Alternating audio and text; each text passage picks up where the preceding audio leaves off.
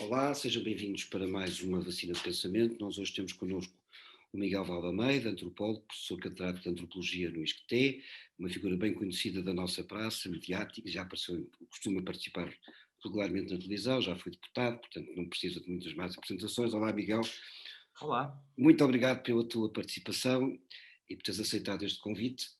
E hoje vou começar de maneira um bocadinho diferente, porque estava aqui a ler o teu livro, a reler, ou à procura de uma citação no teu livro, Senhores de Si, e às páginas tantas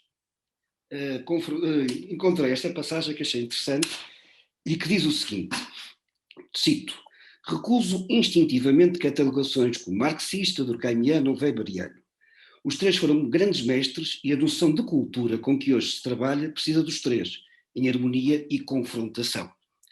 Pergunta: estes três mestres foram vacinas de pensamento para ti? Foram, sem dúvida, mas são estruturantes, não é? Quer dizer, quem faça ciências sociais não pode viver com eles. Precisa de ter algum cuidado hoje em dia, porque, entretanto, nós evoluímos, não é? Eu próprio aprendi muito nos últimos anos. Lá, Temos que ter algum cuidado hoje para não canonizarmos, não é? Para termos alguma visão crítica em relação ao cânon. É um bocadinho o equivalente ao cânon da literatura, não é? Que é muito posto em causa pelas pessoas que vêm de contextos ou de identidades muito subalternizadas, não é? E que pedem que o cânon inclua outras referências, desde que tenham qualidade intrínseca, obviamente. Portanto, hoje em dia eu sou muito mais cauteloso em relação a esses fundadores, até por causa daquilo que hoje muitos chamam o sociologismo excessivo das suas teorias, não é? Há outras dimensões da vida mais complexas que não são explicáveis de uma forma tão, digamos, eu diria até mesmo positivista quanto eles fizeram.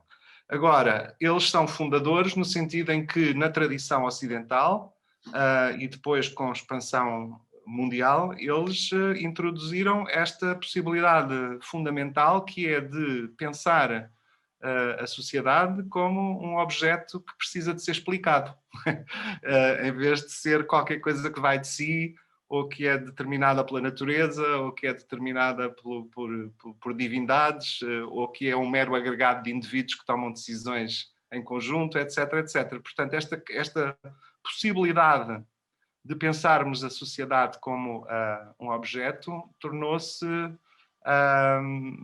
foi uma revolução. Foi uma revolução, quer dizer, foi uma revolução epistemológica, paradigmática, etc. E os três participaram disto de formas muito diferentes. Tenho preferências ali, como é óbvio, e provavelmente esta ia-te perguntar crítica... isso. Se tinhas alguma referência. Não, no sentido em que provavelmente esta crítica que hoje está a ser feita ao chamado sociocentrismo, não é? A uma busca constante de explicações baseadas nos paradigmas sociológicos. Essa crítica dirige-se muito mais ao Durkheim do que aos outros dois. É muito mais o durkheimianismo que tem sido, digamos, posto debaixo de uma lupa mais crítica. Os fundamentos do marxismo parecem-me adaptar-se muito bem a uma explicação de dinâmicas maiores, não é? De dinâmicas de poder, dinâmicas de economia política, e o contributo do Weber parece-me ser uma espécie de filtro ou de, sei lá, ou de grão de sal, não sei como lhe chamar, mas é uma chamada de atenção para outras dinâmicas, não é? Que são mais da ordem do simbólico, da criação de sentido, da própria capacidade dos grupos e das pessoas transformarem as coisas, menos determinista, e eu acho que isso também é uma influência muito importante. E nós na antropologia vamos encontrar sempre estas duas coisas, não é? Muito mais pelo lado o lado do chamado ideal com uma contribuição maior do Weber, o lado do chamado material com uma contribuição maior do Marx. Marx. Estamos todos viciados no Durkheim, na forma estrutural como olhamos para as coisas, mas é aí que a maior crítica Os tem sido factos feita. sociais são coisas, não é? Mas é aí que a maior crítica tem sido feita ultimamente, procurando outras dimensões que tenham a ver com a ligação entre a sociedade e a natureza, que tenham a ver com amainar um pouco as divisões que se fazem entre natureza e cultura, ou pôr em causa a própria ideia de que existam esses dois conceitos como entidades separadas. A própria ideia de que as pessoas não são constituídas como sujeitos apenas pela socialização, mas a própria socialização e a constituição dos sujeitos têm uma relação dialética profunda, não é? E as coisas estão sempre a acontecer. Enfim, há formas muito novas agora de olhar para isto que põem um bocadinho em causa o cânon. Mas dos três, os que se safam melhor, passo o judaísmo, os que resistem mais à passagem do tempo, do meu ponto de vista, ainda são o Marx e o Weber, mais ainda do que aquela tradição. Acho interessante, porque eu também escolhi o Marx como um dos meus grandes vacinadores, uma das grandes vacinas que eu tomei. Mas, para ser franco, eu peguei neste livro porque ia à procura de uma citação que eu li há muitos anos atrás, só que a memória tem destas coisas, trai-nos, em que tu dizias que tinhas ido para a antropologia por causa da Margaret Mead, se não me engano. E eu achei aquela confissão muito, muito bonita, mas não sei onde é que eu li, confesso, mas claro, leva-me à pergunta seguinte, se realmente, porque eu sei que a Margaret Mead foi seguramente importante para ti, até porque eu li o teu livro e sei o teu percurso. Lá está, não estou a dizer que não esteja em muitos aspectos... tenha que ser revista, mas provavelmente também foi uma boa vacina, digo eu, pergunto. Queres desenvolver? Sim. Eu também não me lembro onde é que isso foi escrito, mas lembro-me muito bem do facto em si. Bom, isso tem um lado biográfico, não sei se interessa. Claro que tem. Já percebi que isto é uma conversa muito... friendly. Tem um lado biográfico que depois acaba por ser também interessante. Bom, eu quando tinha 16, 17 anos vivi nos Estados Unidos num programa de intercâmbio, né? E portanto fui exposto à minha primeira grande experiência de vida noutra cultura, por assim dizer. Foi um ano inteiro fazer liceu lá, viver com uma família diferente, etc., fazendo amigos novos. E quando voltei para Portugal, ao fim desse tempo, fiquei muito frustrado. Portanto, isto foi 77, 76, por aí. Fiquei muito frustrado porque, na altura, fiquei colocado em História, em Coimbra, e tive uma experiência muito, muito má lá, durante um mês, até que desisti. Pedi transferência para a Faculdade de Letras em Lisboa, também para História, e tive uma péssima experiência e desisti. E basicamente estava desadaptado e, portanto, voltei para os Estados Unidos, para a casa da minha família americana, e passei lá um verão inteiro.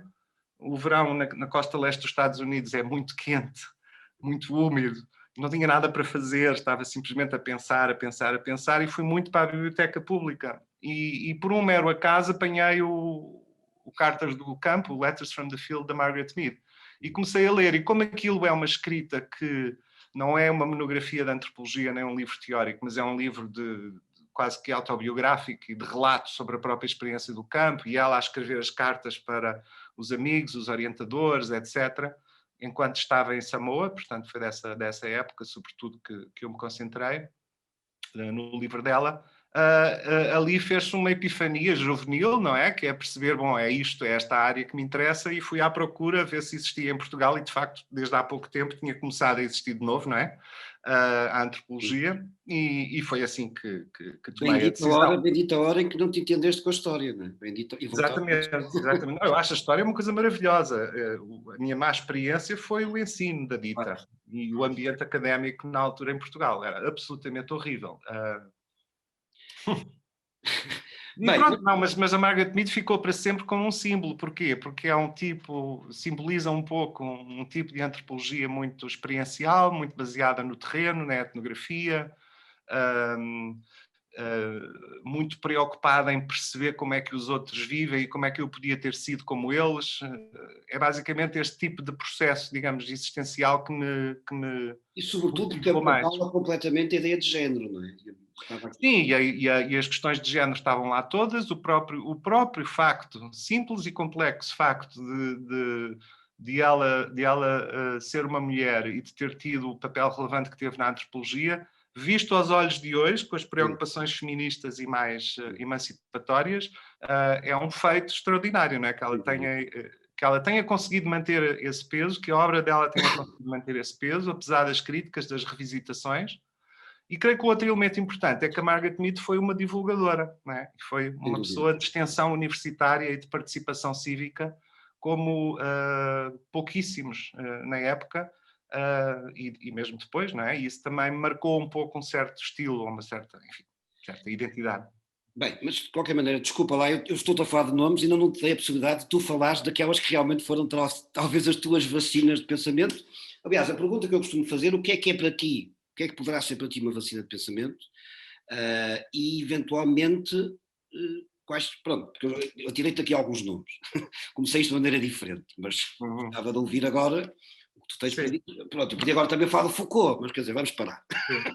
Vamos parar. Não, eu acho que as minhas vacinas de pensamento não são muito sofisticadas. Lamento se for desiludir alguém, mas elas têm a ver com uma coisa mais simples, que é quando nós lemos um livro, ou conhecemos um autor, ou vemos um filme, ou seja o que for, ou conhecemos uma pessoa que faz o seguinte, que nos revela aquilo que de qualquer modo já lá estava, mas que a gente não conseguia ver, não é? Que nós já tínhamos. E é esse efeito a descoberta é isso, não é descobrir uma coisa absolutamente nova, é descobrir que eu já tinha descoberto aquilo, mas não tinha consciência disso, não é? E aquela pessoa explicita... Pode ser uma obra, pode ser um livro. Exatamente. E aí são pessoas muito diversas, porque tem muito a ver com a forma como... não necessariamente com a forma muito sofisticada ou muito revolucionária com que nos apresentam as coisas. Lá está um Foucault ou uma Judith Butler. Okay. Foram fundamentais para mim, mas eu não sou fã, entendes? Não senti essa descoberta. Não foram as tais epifanias.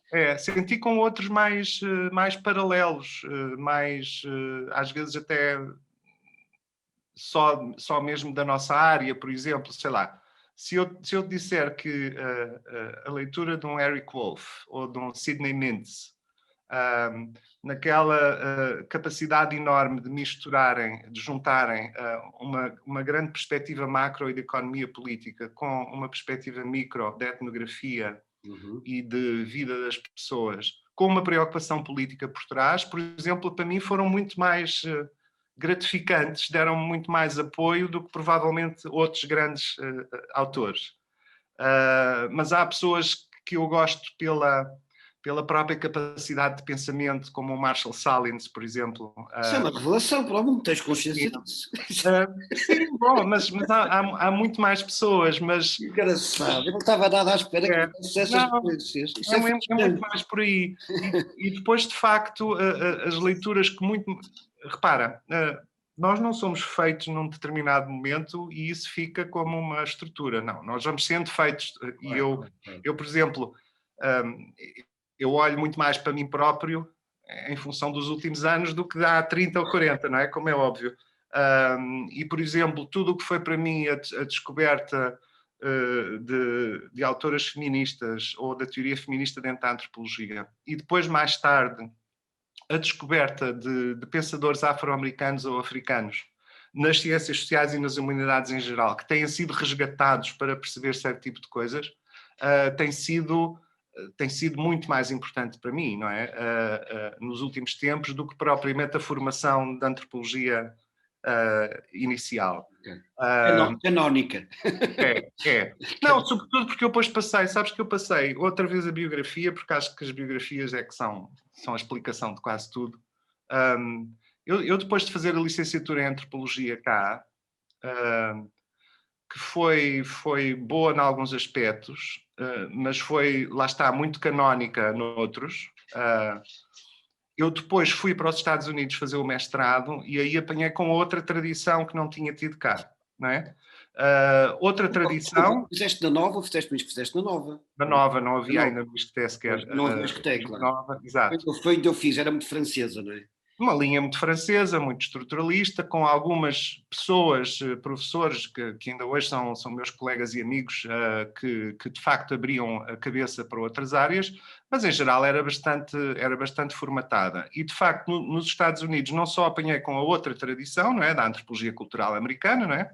Como apanhei com um mundo que na época fazia diferença, já não faz, que na época estava muito mais avançado do ponto de vista de múltiplos questionamentos de Claro, muitas estava coisas. tudo a ser posto em causa, E plenamente. sobretudo toda a politização do conhecimento, e portanto apanhei com coisas extraordinárias, sei lá, quando eu tive como professora uma Catherine Lutz, foi absolutamente epifânico, por assim dizer, porque abriu a cabeça para questões de interpretação, para questões de crítica do texto, para questões de politização, para todas as questões relacionadas com o feminismo, o LGBT, racialidade, etc., etc., foi extremamente importante. Ou a minha orientadora, que foi a Jane Collins, que me abriu muito a cabeça para a economia política e para a política dentro da antropologia. Mas, sobretudo, foi a experiência de vida. Foi a altura em que eu fiz o meu coming out como homem gay, por exemplo, porque não tinha condições para isso, e portanto isso marca muito e marca a cabeça, não é? E a forma de olhar para o mundo. E depois, no regresso, quando entrei para o ISCTE como estagiário, depois fiz a tese de doutoramento com o Raul Iturra, que também tinha uma cabeça diferente, não é? Era uma pessoa vinda do Chile, refugiado político, formada em Cambridge e, portanto, também com outro tipo de visão do mundo. E, portanto, tive o privilégio de ter sido acompanhado por pessoas, embora eu nunca fosse um seguidista do género, eu trabalho exatamente como a pessoa X que me orientou. Não, aliás, bem pelo contrário, às vezes para mal dos meus pecados. Mas tive o privilégio de ter pessoas que neste percurso biográfico me orientaram muito bem. E depois também alunos que nos abrem a cabeça. Evitam. Nem sempre, mas às vezes descobrimos orientandos ou alunos que eles próprios ou elas próprias nos obrigam a pensar as coisas de outra maneira. E se tivermos um mínimo de elasticidade, é um privilégio enorme dar aulas. Eu acho que é muito melhor do que, por exemplo, estar na carreira de investigação apenas, porque nas aulas acontece uma coisa extraordinária que pouca gente no mundo tem, a não ser os professores, que é todos os anos aparece a nova geração, não é? E isso é uma coisa incrível, porque permite-nos acompanhar o mundo, não é? É absolutamente fundamental para ser cientista social, é absolutamente fundamental dar aulas e estar em contacto com os jovens que se renovam todos os anos e trazem as novas modas, tiques, angústias, exigências. Eu costumava dizer isso pelo lado negativo, que é, eu tenho sempre mais um ano e eles têm sempre 18. Tem esse lado, não é? Esse lado é muito angustiante às vezes. Mas depois passa, a partir de um certo momento acha-se graça a isso, porque também já não se tem grande esperança de renovação da idade. E tirando partido então desta renovação e destes estímulos que nós recebemos todos os anos, algum livro, algum autor que tu queiras deixar aqui como nova, como eu chamo isso de reforços, são reforços, tipo, pegando na analogia da vacina, não é? Reforços que tu queiras sugerir, ou até mesmo vacinas antigas, portanto, tu deixas ao teu critério. Se quiseres falar de livros que são realmente estruturais e estruturantes, para usar uma expressão de Bourdieu, tudo bem. E por outro lado, se quiseres falar de reforços como sugestões de leitura mais recentes, perfeito, é ótimo. Olha, nós estas coisas dependem muito de duas coisas. Tu saberás isso também, porque a nossa vida é muito dominada pelo ensino, por um lado, e depois, por outro lado, pela pesquisa mais recente que tínhamos feito. E, portanto, nos últimos tempos, por causa de experiências de ensino, numa cadeira de debates teóricos contemporâneos em antropologia, tive que mergulhar em toda esta temática da chamada virada ontológica, não é? A ler o Viveiros de Castro e a ler os seus opositores, e, portanto, essa é uma área que eu acho que é muito importante ser discutida, e que, quando é alargada para outros autores que não apenas o Viveiros de Castro, que é muito específico nas suas coisas, todo este questionamento sobre as supostas fronteiras entre natureza e cultura, ou sobre a própria necessidade ou validade de existirem esses dois conceitos como coisas separadas, acho que tem sido um questionamento fantástico, não é? O Tim Ingold, por exemplo, é muito interessante e muito estimulante de ler nessa área.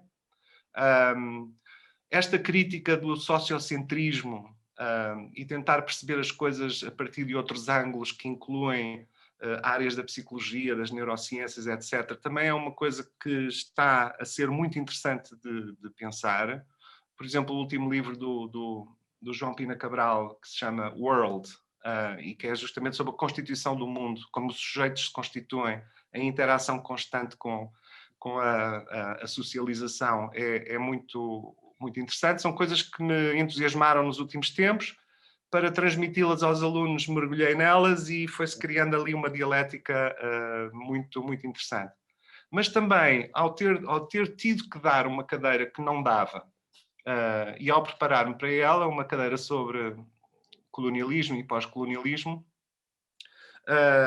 a descoberta de autores africanos mais antigos ou mais recentes tem sido extraordinária. O Fanon, desde logo, obviamente. Velhinhos ativistas e não tanto teóricos como o Aimé Césaire, por exemplo, ou pessoas mais recentes como o Achille Mbembe, têm sido absolutamente extraordinários. É extraordinário descobrir como é que tudo isso estava escondido, por assim dizer, do cânon académico, não é? Sobretudo em Portugal. E, por último, este é o meu gato que aparece. Sim, não faz mal, online. O meu não está aqui, mas e a minha cadela também tem entrado muitas vezes, mas por acaso neste momento não está. Esta tem uma obsessão com o Zoom. E recentemente, por causa da pesquisa que fiz em Israel e do livro, depois o último livro que publiquei, que é sobre essa pesquisa, em todo um percurso de reflexão a que aquele trabalho de campo me obrigou, eu acabei por desembocar num livro extraordinário da Judith Butler, ainda há pouco referi, mas que curiosamente é um livro da Judith Butler que não é sobre género, não é? E que não é sobre ativismo político ou sobre as preocupações que normalmente em que normalmente ela se centra, mas é um livro chamado Parting Ways, não é? Separando Caminhos, e que é um livro sobre a sua judaidade, não é? Sobre a sua identidade judaica, sobre o sionismo, sobre o antissionismo, sobre o antissemitismo, sobre todas as polémicas criadas a partir da fundação do Estado de Israel e que são polémicas que confrontam a identidade judaica progressista com muita força e que ela resolve ali através de ensaios extraordinariamente profundos sobre vários autores do passado nas humanidades, nas ciências sociais, na literatura, na crítica literária, na política, que se posicionaram em relação à identidade judaica e ao seu futuro político de uma forma diferente daquela que o sionismo acabou por fazer. E, portanto, é muito, muito interessante. Foi um livro que me marcou muito porque ajudou-me a ter uma posição perante questões muitíssimo polémicas, não é? Do ponto de vista político, e ajudou-me até a organizar o pensamento que subjaz ao livro que escrevi. Portanto, está sempre a aparecer gente. Claro. E estes são apenas alguns exemplos mais recentes ligados ao meu trabalho. Convém também que não seja um boletim de vacinas muito extenso, porque senão... Exatamente. Senão não ajuda nada e as pessoas acabam até por ter o efeito contrário. Exatamente. Miguel, olha, gostei imenso desta conversa. Muito obrigado pela tua disponibilidade, pela partilha, pelo tempo que dedicaste a isto. Vou-te pedir depois que me mandes uma pequena bibliografia para eu acrescentar, que eu costumo colocar sempre no final do vídeo. Está bem. Fica bem, muito obrigado e até sempre. Fica também e parabéns por esta iniciativa. Obrigado. E pronto, encontramos de novo. Obrigado. Tchau. Tchau. Deus.